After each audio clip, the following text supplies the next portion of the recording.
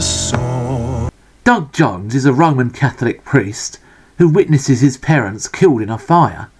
Whilst in China, on a spiritual journey, his hand is cut by an artefact which apparently can turn people into the Dragon Warrior.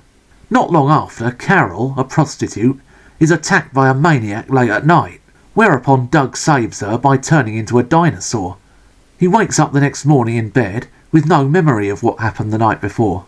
Carol, however, knows what happened, and together they realise they can use his power to fight crime. For example, Doug kills Carol's pimp when he comes to confess for being the one responsible for the death of Doug's parents, because Doug is now the first dinosaur of the cloth. The Lord's my shepherd, I'll not want. Father Stewart learns of Doug's power and tries to have him exorcised, with the inevitable results. It isn't long before Doug comes across a gang of ninjas. Everybody was kung fu fighting. They are actually drug dealers who plan to sell cocaine to everyone and then cut off their supplies, forcing them to join the church, which they hope will take over the world.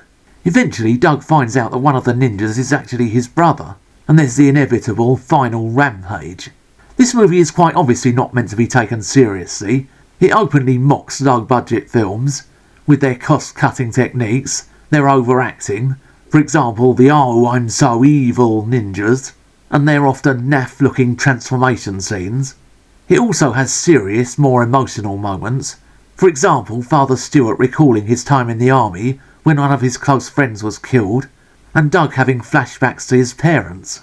All in all, it's both a fun parody and an involving drama. We will now sing hymn number 157, What a Friend We Have in Deinonychus. He makes me lie in pastures green.